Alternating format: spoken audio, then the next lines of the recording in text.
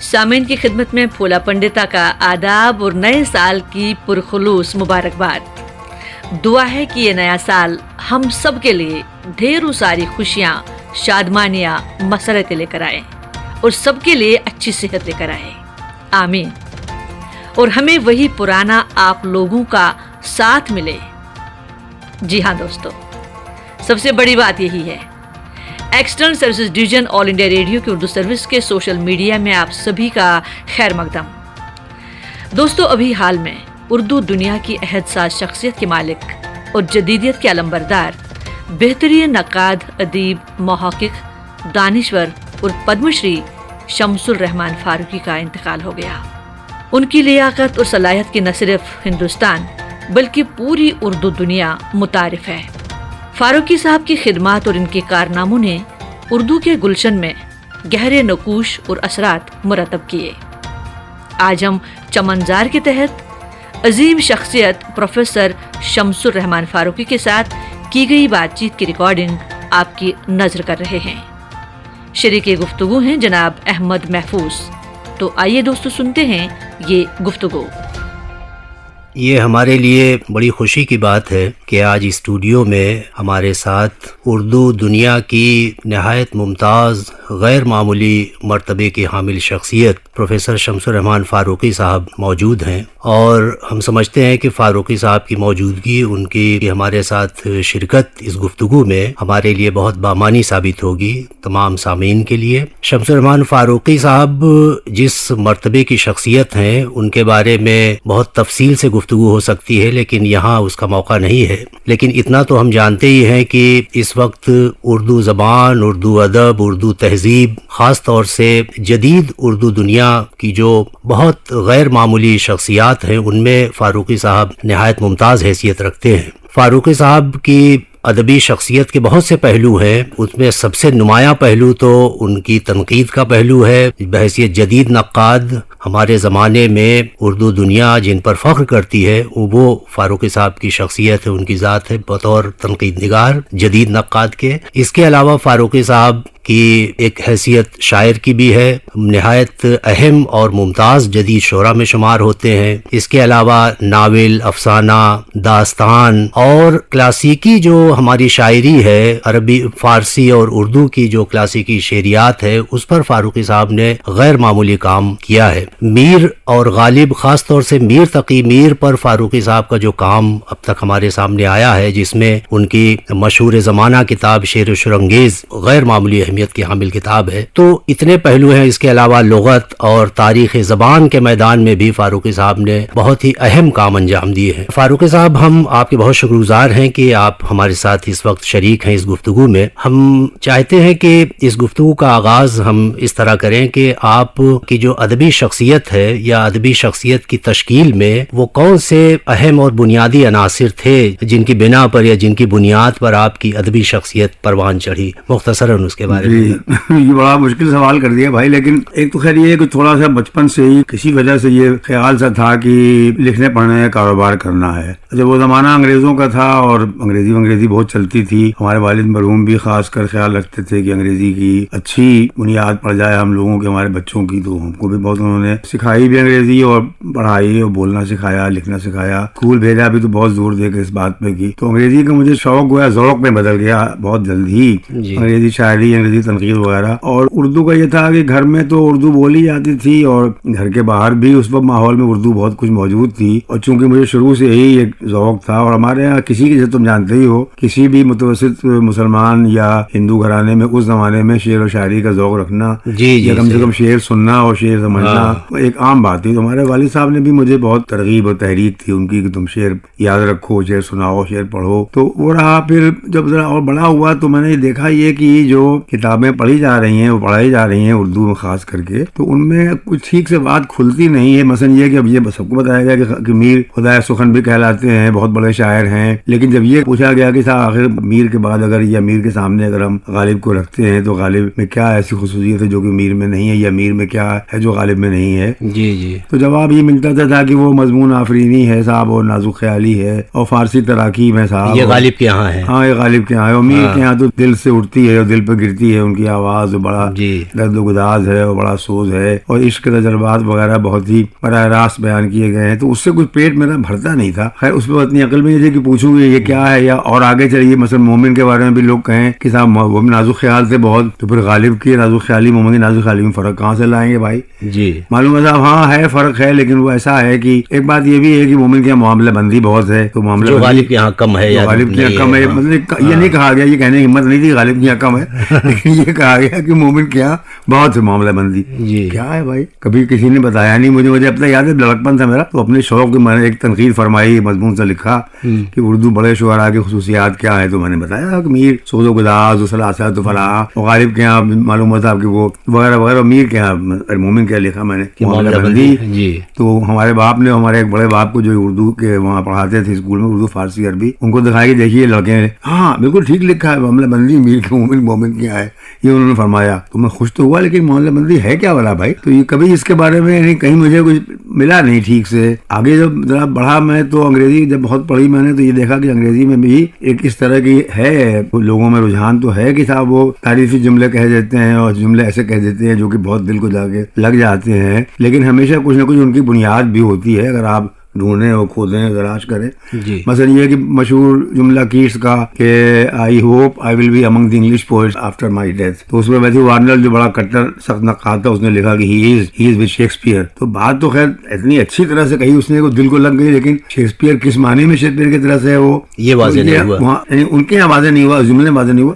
لیکن جب اور پڑھیے ان لوگوں کو آپ اور ان لوگوں کے مختلف مدارج اور ان لوگوں کے طریقے دیکھیے شعر کہنے کے، تو آہستہ آہستہ کھلا کہ کوئی چیزیں ایسی ہیں جو کسی کے یہاں ہیں، کوئی کسی کے یہاں نہیں ہے، یا کچھ کم ہے زیادہ ہیں. تو کیٹس کے یہاں جو یہ کہا انہوں نے میتھیو آرنلڈ نے، تو شاید اس لیے کہا کہ کیٹس کو بھی اشیاء کا بہت ذوق ہے، اور کیٹس کے یہاں بہت ہی پیکے تراشی کا بہت ذوق ہے، محسوس کرنے کا بڑا اس کا اندر. جب بعد میں ہمارے یہاں میرا جی کے یہاں میں نے دیکھا، اور پھر یہ کہ وہ شعر میں جو ان کے ایک تھوڑی سی روانی اور مگر پیچیدگی کے ساتھ تو وہ بھی یاد دلاتی ہے شیکسپیئر کی. تو اس طرح کئی باتیں تھیں جو مجھے لگی کہ یہ جگہ جگہ کہی گئی ہیں، تو وہ ان سے ڈھونڈ ڈھانڈ کر کے ایک خوشچینی کر کے چھوٹا سا خرمن اپنا تم بنا سکتے ہو.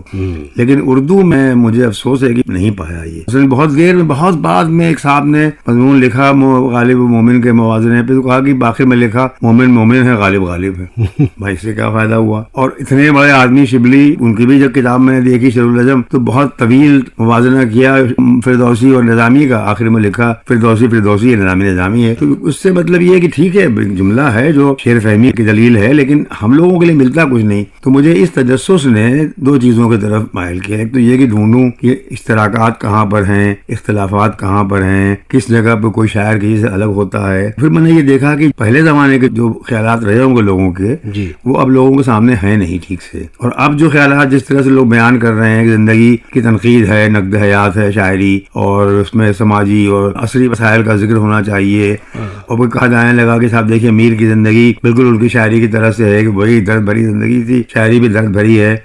تو میں نے دل میں سوچا اگر یہ کہا جا رہا ہے کہ وہ جو حالات کا انعکاس ادب میں ہوتا ہے، اور میر کے ہاں جو انتشار اور جو غم اور جو رنج و پریشانی اور درد و سوز ہے، یہ ہے کہ زمانہ خود اس زمانے میں بڑا مائل انحطاط تھا اور بڑا رنج و غم اور غم سے بھرا ہوا تھا. تو سودا کیا ایسا کیوں نہیں ہے؟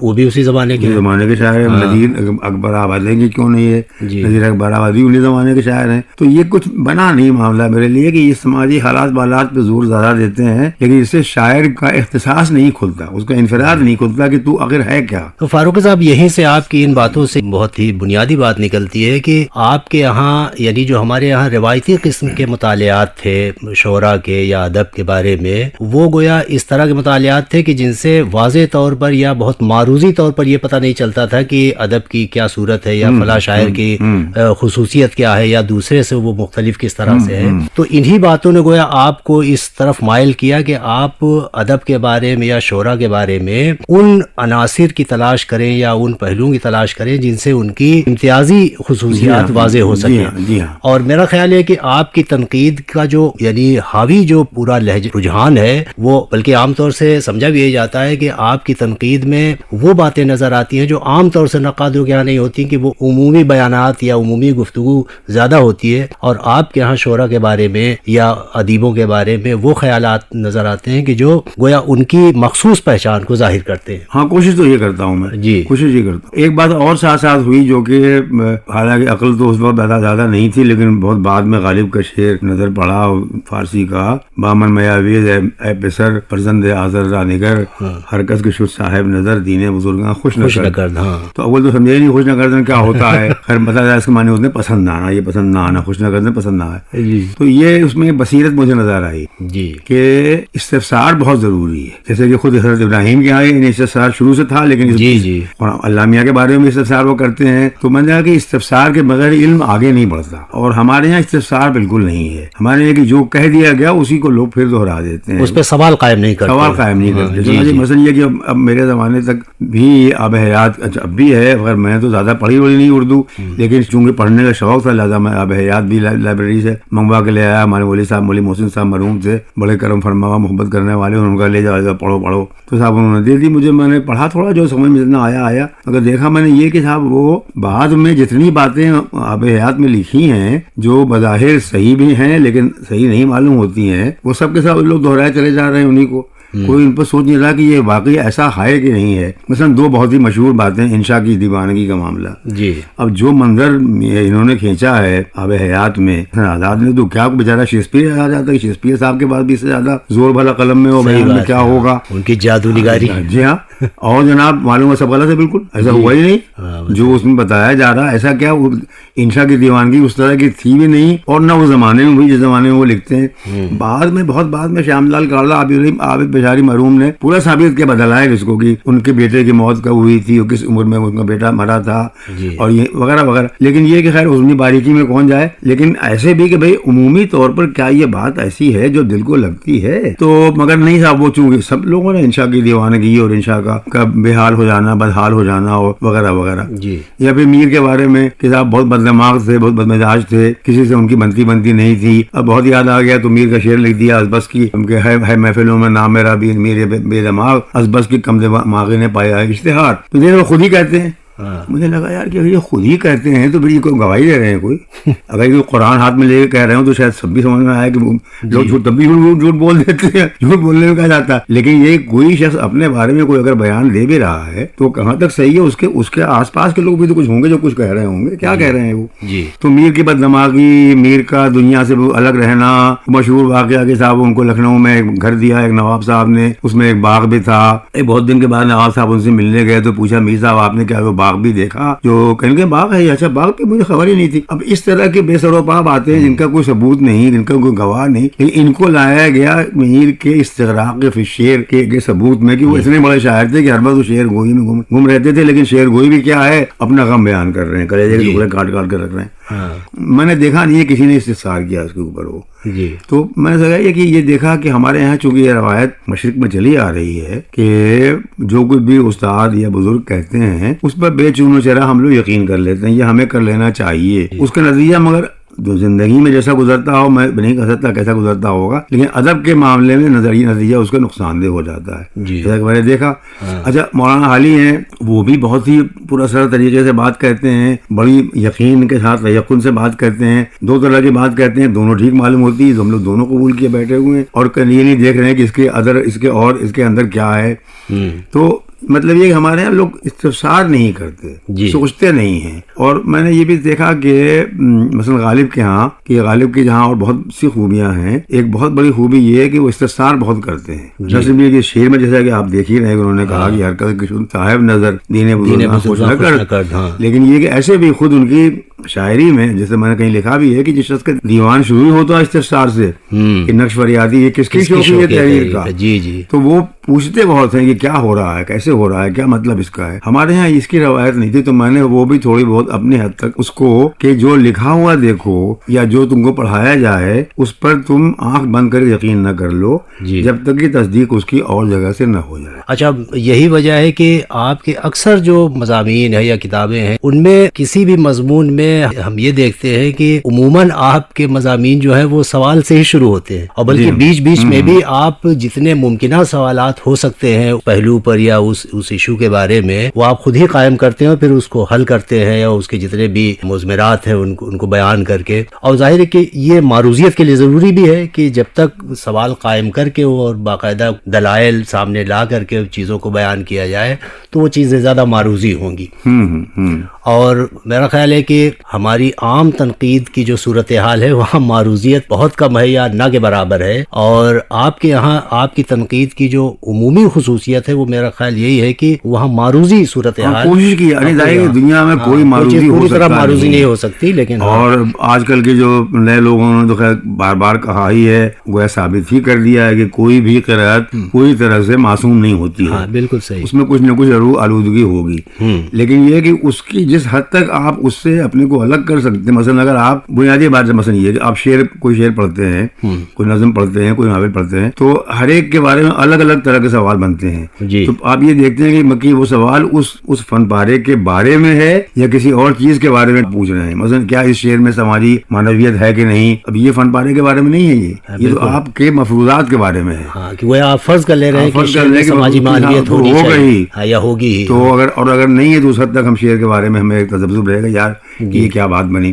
پھر اگر مان لیجئے کہ ہم اس میں ڈھونڈ لیتے ہیں سماجی معنویت، تو جو نتیجہ نکلتا ہے وہ نتیجہ ہمارے حسب دلخواہ ہے کہ نہیں ہے. جی اب اس پر ہم کھل جاتے ہیں. بس اقبال کے یہاں دیکھیے کہ اقبال کے سماجی معنویت بھری پڑی ہے. اگر آپ سماجی معنویت بیووں کے نکاح کے بارے میں نہیں ہے، لیکن یہ کہ عام طور پر سماجی معنویت میں بہت ہے. جی بالکل. لیکن جو اس سماجی معنویت سے ہم بھاگتے ہیں، ترقی پسند لوگوں کو بڑی تکلیف ہوتی تھی.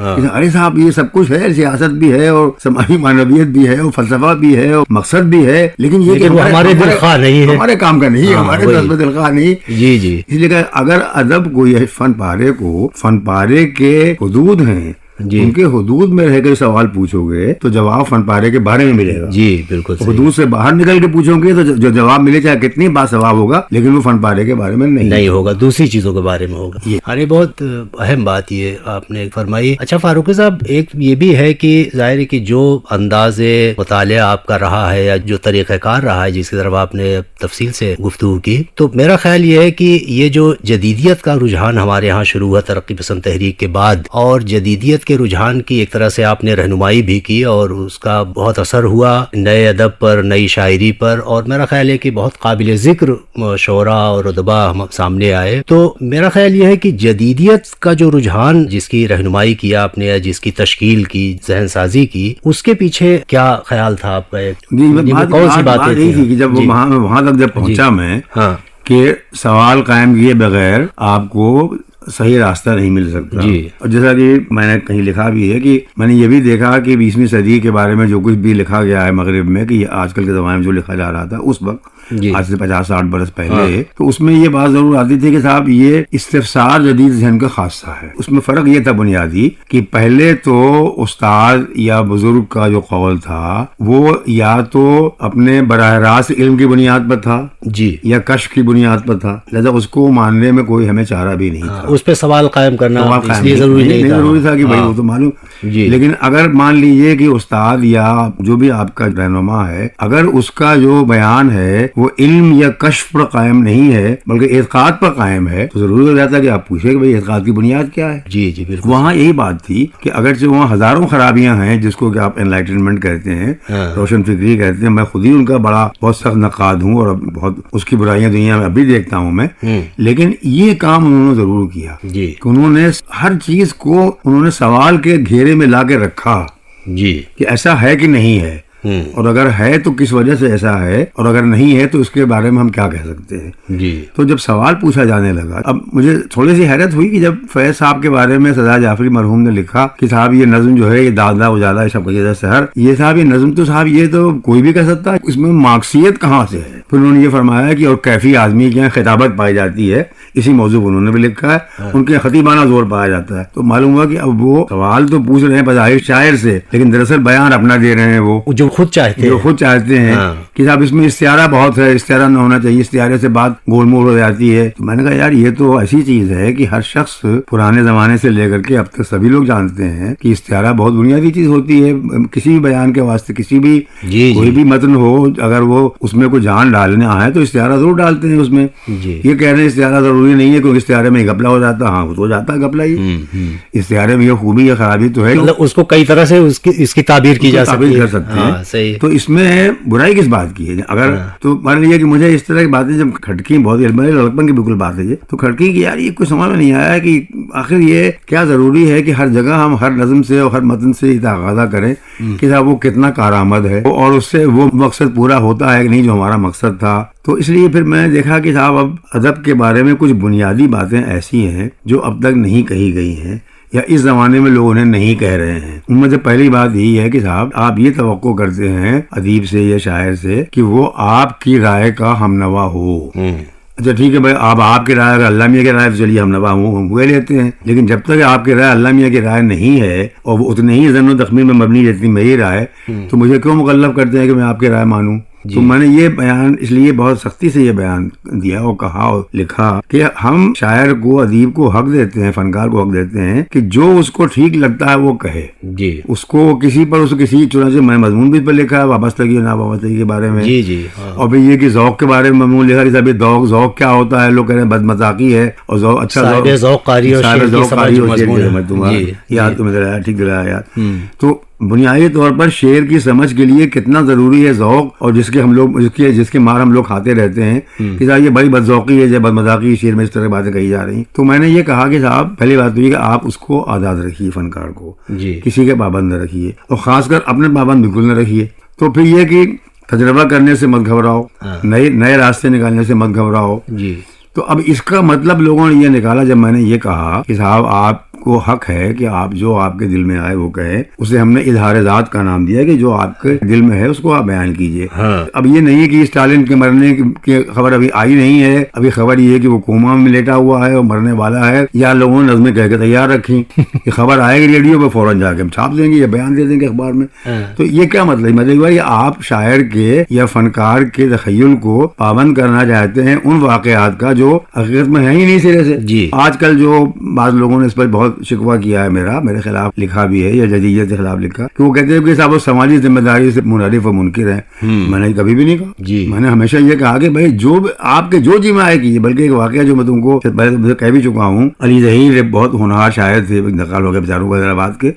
تو وہ ہم لوگوں کے ساتھ گئے تھے، جیسے ہم لوگ طرح شاعری کرتے تھے، انجینئر بھی تھے. تو وہ ایران گئے اور ایران جب پہنچے اس زمان انقلاب کا زمانہ تھا، تو انقلاب کے زیر اثر انہوں نے بہت سی نظمیں کہیں اور مجھ سے آگے پھر پوچھا انہوں نے کہ صاحب یہ مجھے بڑا عجب لگ رہا ہے کہ میں جدید شاعری کا مبلغ یا مبلغوں میں سے ایک اپنے کو سمجھتا ہوں، کم سے کم پیرو سمجھتا ہی ہوں، مبلغ نہ صحیح. اور آج جدید شاعری کا تقاضا یہ ہے کہ آدمی کسی وابستگیاں رکھے. اور میں نے یہ سب شعر جو کہیں، نظمیں جو کہی ہیں میں نے انقلاب ایران کے بارے میں، تو یہ کہاں جائیں گی؟ اس لیے کہ یہ تو وابستگی کا اظہار ہوا. میں نے کہا لکھو. میں کب کہا کہ ہم یہ کہتے ہیں کہ ہم سے وابستگی پہ اصرار نہ کرو تم. بھائی تمہارا دل جو تم سے کہے تم کہو، ہم کب منع کرتے ہیں؟ آپ کو انقلاب ایران میں بڑی اچھی باتیں نظر آتی ہیں، اس میں بڑے خوشگوار خوش آئین چیزیں ہیں، آپ ان پر خوش ہوئیے، آپ لکھیے کو نہ لکھیے ضرور لکھیے. ہم مگر یہ کہ دوسرے کو نہ کہیے کہ تو بھی لکھ. بس یہ صرف فرق ہے. تم کو میرے بیان کو یا میرے خیالات کو یا اور لوگوں جو میرے ہم نواز اپنے خیالات کو توڑ موڑ کے پیش تو خیر لوگ کرتے ہی رہتے ہیں. تو اس میں یہ ڈال دیا کہ ہم لوگ سماجی معنویت کے یہ ذمہ داری کے منکر ہیں. منکر کچھ نہیں ہے، ہمیں کبھی منکر نہیں تھا. ہم تو یہ کہتے تھے بھائی کہ آپ کو حق ہے، آپ کا جی میں آئے مگر. لیکن یہ جیسے ایک واقعہ جو میں نے لکھا بھی ہے کہ ایک سیمینار تھا، بالکل شروع کی بات ہے، محمد حسن صاحب تشریف لائے تھے، ہم لوگ سب لوگ گئے، علی گڑھ کی بات تھی. محسن صاحب نے فرمایا کہ صاحب بڑے افسوس کی بات ہے کہ آسام میں باڑھ آئی ہوئی ہے اور آپ لوگ یہاں ادب کے بارے میں بات کر رہے ہیں، معنویت کی، جدیدیت کی. تو میں نے کہا وہ اپنا کام کر رہے ہیں، میں اپنا کام کر رہا ہوں. میرا کام ہی تھوڑی کہ جا کے وہاں تسلا بالٹی لے کے میں آسام کے باڑھ کو پانی خالی کروں. مجھ سے بہتر کام کرنے والے موجود ہیں، لوگ کریں گے وہ بے شک. تو یہ بالکل ایک غلط بات ہے کہ اس کے معنی یہ نہیں نکلتے کہ میں کوئی آسام کے مظلومین یا آسام کے باڑھ کے کئی سرزد میں آئے ہوئے بیچارے ظلم رسیدوں سے مجھے ہمدردی نہیں ہے. کیوں نہیں ہے؟ کیوں نہیں؟ میرے یہ لوگ ہیں، وہ میں ہی ہوں. لیکن یہ کہ یہ ضروری نہیں ہے کہ ہر باڑھ پر، ہر حادثے پر، ہر زلزلے پر، ہر بلوے پر میں نظم لکھوں. یہ ضروری نہیں، میں دل میں آ کر لکھوں، مطلب مکلف نہ کیا جائے. تو یہ دو بنیادی باتیں تھیں. تیسری بنیادی بات کہ ادب کو ادب کے معیاروں نظروں سے دیکھو. جی جی ہاں، یہ بہت اہم اور یہ ایسا لالچ ہے ادب کے معیار سے باہر جا کے دیکھنے کا کہ جس کے کہ خود ٹی ایس ایلیٹ صاحب بھی شکار ہو گئے، جن کا ہم لوگ بڑے مداح تھے، اور ہم لوگوں نے بہت کچھ ان سے سیکھا بھی. ہماری نسل کے لوگوں نے یہ ریچرڈ سے بہت سیکھا، ایلیٹ سے بہت سیکھا. انہوں نے فرما دیا کہ صاحب ہاں کوئی فن پارہ شعر ہے کہ نہیں یہ تو طے ہوگا شعری اصولوں کی بنیاد پر، لیکن بڑا شعر ہے کہ نہیں ہے اس کے لیے اور بھی ضروری ہے کچھ اور معیار مقرر کیے جائیں. تو یہ تیسری بنیادی بات تھی کہ شعر کو یا فن پارے کو اس کے اپنے تقاضوں کی بنا پر جانچو. اچھا اس سے دیکھو ایک بات اور نکلتی جو بالکل کسی کے دماغ میں اب تک گئی ہی نہیں تھی. مثلا یہ کہ یہ بات ہم لوگوں میں کچھ لوگ کہا کرتے تھے کہ صاحب ارے صاحب یہ کیا، یہ شاعری کیا ہے، یہ نظمیں اس میں کیا ہیں، انگریزی میں کیجیے گا تو خصوصیاں معلوم ہوتی ہیں. میرے پاس اس کا جواب نہیں تھا. پھر اردو کے کوئی پروفیسروں نے فرمایا کہ صاحب یہ اشعار تو بالکل بےمانی ہے اور انگریزی میں کیجیے تو اور بےمانی معلوم ہوں گے. تو میں خاموش رہا، اس لیے اس وقت مجھ میں اتنی عقل نہیں تھی. لیکن جب میں نے اپنے اس نظریے کو یا اس خیال کو کہ فن پارے کو فن پارے ہی کی اصولوں کی روشنی میں دیکھو تو اس سے کئی جواب مجھے ملے. ایک تو جواب یہ ملا کہ یہ تو نہایت مہمل شرط ہے کہ میری شاعری کا ترجمہ جاپانی یا چینی میں ہو تب اس کی بڑائی معلوم کی جائے، یہ کیا ضروری ہے. لیکن مان لیجیے اس کو چھوڑ دیجیے تو ایک الزامی جواب. بنیادی جواب یہ ہے کہ جس چیز کو میں نے شعر سمجھ کے شعر کہا ہے یہ چیز شعر ہے، تو جب تک اس چیز کو آپ نہ جانیں گے تب تک اس کے بارے میں آپ کیا فیصلہ کر سکتے ہیں. جی صرف اس لیے کہ آپ کے سمجھ میں یہ بات نہیں آ رہی ہے کہ اسد ہم وہ جنوں جولاں گدائے بے سر و پا ہیں کہ ہے سر پنجہ مشگانے آہو پشت خار اپنا. سمجھ میں نہیں آ رہی ہے کہ کیسے آپ بے سر و پا ہیں کہ آپ دوڑ بھی رہے ہیں تیزی سے، اتنا تیز دوڑ رہے ہیں کہ صاحب پیچھے پیچھے آپ کے ہرن بھاگا آ رہا ہے، ہرن بھی اتنا نزدیک چلا آ رہا ہے کہ اس کی جو پلکیں ہیں وہ اسے آپ پیٹ کھجوا رہے ہیں. یہ کہاں ہو سکتا ہے؟ یہ نہیں ہوتا، بالکل غلط بات ہے، بکواس ہے، بالکل غیر حقیقی بات. اگر آپ ان پوری شعریات کو دیکھتے یہ شعریات کے نتیجے میں آخر میں جا کے یہ شعر پیدا ہوا ہے تو آپ کو کوئی دقت نہ ہوتی. تب تو انگریزی والے یہ کہتے ہیں، جیسے میں کہتا ہوں اس وقت تو خیر بالکل کہتا ہوں، تب بھی کہا کرتا تھا کہ میں اس شعر کو سمجھنا تمہارے بس کا روگ نہیں ہے جب تک کہ تم سمجھو نہیں کہ یہ کس طرح کہا گیا ہے، کن شریعت کی روشنی میں، کن مسائل کی اور کن شریعت کی روشنی میں کہا گیا ہے. جی فاروق صاحب آخر میں بس ابھی بالکل تازہ آپ کے شعری مجموعے کلیات کی صورت میں مجلس آفاق پہ پروانہ سا کلیات شاعری کا بھی شائع ہوا ہے، اور میرا خیال یہ ہے کہ ادھر کئی سال سے کلیات کی صورت میں مجموعہ کلام کی اشاعت کا ایک چل پڑا ہے، وہ اچھا بھی ہے. ہاں اس کی وجہ یہ ہے کہ اکثر یہ ہوتا ہے کہ کچھ مجموعے بالکل ناپید ہو جاتے ہیں یا ختم ہو جاتے ہیں تو اب یہ آپ کی ظاہر 3-4 مجموعے آپ کے آ چکے تھے، اور اب یہ کلیات کی صورت میں یہ جو شاعری منظر عام پر آئی اور اس پر میرا خیال یہ ہے کہ خاصی توجہ لوگ دے رہے ہیں. تو اس کے بارے میں آپ اپنے کچھ تاثرات کا اظہار. ارے بھائی اب یہ تو آپ اپنے دہی کو کھٹا کیسے کہہ سکتا ہوں، میں کہوں گا بڑا بڑھیا آپ کہا کے دیکھیے. تو اس پہ کیا کہوں، یہ ہے کہ اس میں ضرور جو بات کی کہنے کی تھی کہ جو مجھے لگتی ہے کہ شاید کچھ قابل ذکر ہو. ایک تو یہ ہے کہ آسماں محراب کو چھپے ہوئے آج 20-25 برس ہو رہے ہیں. اس کے بعد 96 میں وہ شائع ہوا، 96 میں شائع ہوا جی. تو اس کے بعد یہ سر 20 برس میں جو کہا ہے جی وہ مجموعی طور پہ وہ زیادہ ہے اس تمام سے جو میں نے اس کے پہلے کہا تھا، یہ جس کو میں نے مجموعے میں محفوظ کیا ہے. تو اس کا مطلب یہ ہے کہ شعر کہنے کا ذوق جو پہلے کم تھا وہ کچھ بڑھا ہے عمر کے ساتھ ساتھ، کچھ بڑھا بھی، اور پھر شعر بہت سارے کہے بھی ہم نے، نظم وغیرہ بھی کہی، اور پھر یہ کہ ترجمے بہت ہیں اس میں. جی ہاں، اور ترجمے مختلف زبانوں سے ہیں، کچھ تو براہ راست ہیں، کچھ وضاحت ظاہر ہے کہ انگریزی کے حوالے سے، انگریزی کے راستے سے ہیں. لیکن میرے خیال میں کسی اور مجموعے میں آج آپ کو دنیا کی مختلف زبانوں کے تراجم کا اتنا بڑا بالکل صحیح شاید نہ ملے گا. احمد مشتاق صاحب کے یہاں تراجم ہیں، بہت ترجمہ بہت اچھا کرتے بھی ہیں، ان کا بھی ذوق بہت وسیع ہے، وہ مختلف جگہ کے ادبوں کا پڑھتے رہتے ہیں، شعر پڑھتے رہتے ہیں، ترجمہ کرتے ہیں. لیکن اتنا نہیں جتنا میرے یہاں اتفاق ایسا کچھ ہوا. کچھ شفخون کے تقاضے بھی تھے کہ بھائی بھرنا بھی، پیٹ بھی بھرنا ہے، کئی باتیں تھیں، کچھ میری دلچسپیاں بھی تھیں جو اور لوگ مثلا یہ کہ عورت شعراء سے جو پہلے زمانے میں ہمارے یہاں تھیں سنسکرت وغیرہ میں شعراء، تو وہ کیسے شعر کہتی تھیں، ان کا تھوڑا مجھے کچھ ذوق تھا تو وہ میں نے ڈھونڈ کے نکالے. تو اس طرح سے تھوڑی سی وسعت ہے ضرور اس تلاش میں جو میں نے یہاں روا رکھی ہے. جب ویسے مجموعے میں بڑا حصہ تراجم کا ہے. لیکن اسی سلسلے میں بس ایک بات یہ کہ ظاہر ہے کہ آپ کے یہاں غزلیں بھی ہیں، نظمیں بھی ہیں، تراجم بھی ہیں، رباعیات خاصی ہیں آپ کے یہاں.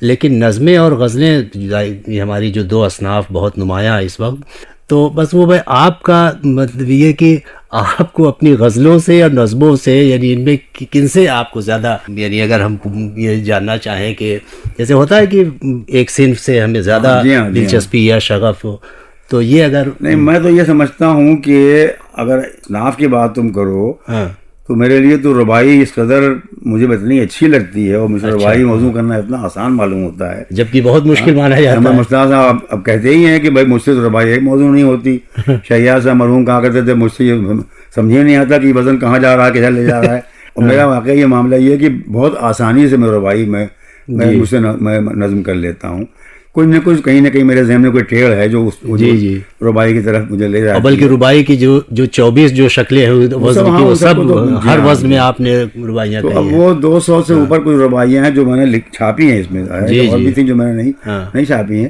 کچھ ان میں سے مجھے بہت اچھی لگتی ہیں۔ تو میں یہ سمجھتا ہوں کہ مجموعی طور پر اگر کوئی مجھ سے پوچھے تو میں یہ کہوں گا کہ میں اگر لوگ مجھے ربائی گو سمجھیں تو یہ بڑی مہربانی ہوگی۔ واہ بہت خوب۔ فاروقی صاحب، میرا خیال یہ ہے کہ بہت ہی تفصیل کے ساتھ اور ادب اور شاعری اور ہماری جو پوری ادبی تہذیب ہے اور نئی جو تہذیبی صورت ہے، ادبی صورت حال ہے، اس کے بارے میں اور اپنے تنقیدی خیالات کے بارے میں جس وضاحت اور تفصیل کے ساتھ آپ نے گفتگو کی، میرا خیال یہ ہے کہ سامعین کے لیے یہ بہت مفید یہ باتیں ثابت ہوں گی اور ممکن ہے کہ اس سے انہیں کچھ روشنی ملے گی، اور ہم آپ کے بہت شکر گزار ہیں۔ بہت السلام علیکم، خدا حافظ۔ دوستو، چمنزار کے تحت ابھی آپ نے اردو دنیا کے معروف ادیب و ناقد، محقق، دانشور اور پدم شری شمس الرحمان فاروقی کے ساتھ کی گئی بات چیت کی ریکارڈنگ سنی۔ شریک گفتگو تھے جناب احمد محفوظ۔ اس کے ساتھ ہی لیتے ہیں آپ سے اگلے پروگرام تک کے لیے اجازت۔ تب تک کے لیے خدا حافظ، شب بخیر، جے ہند۔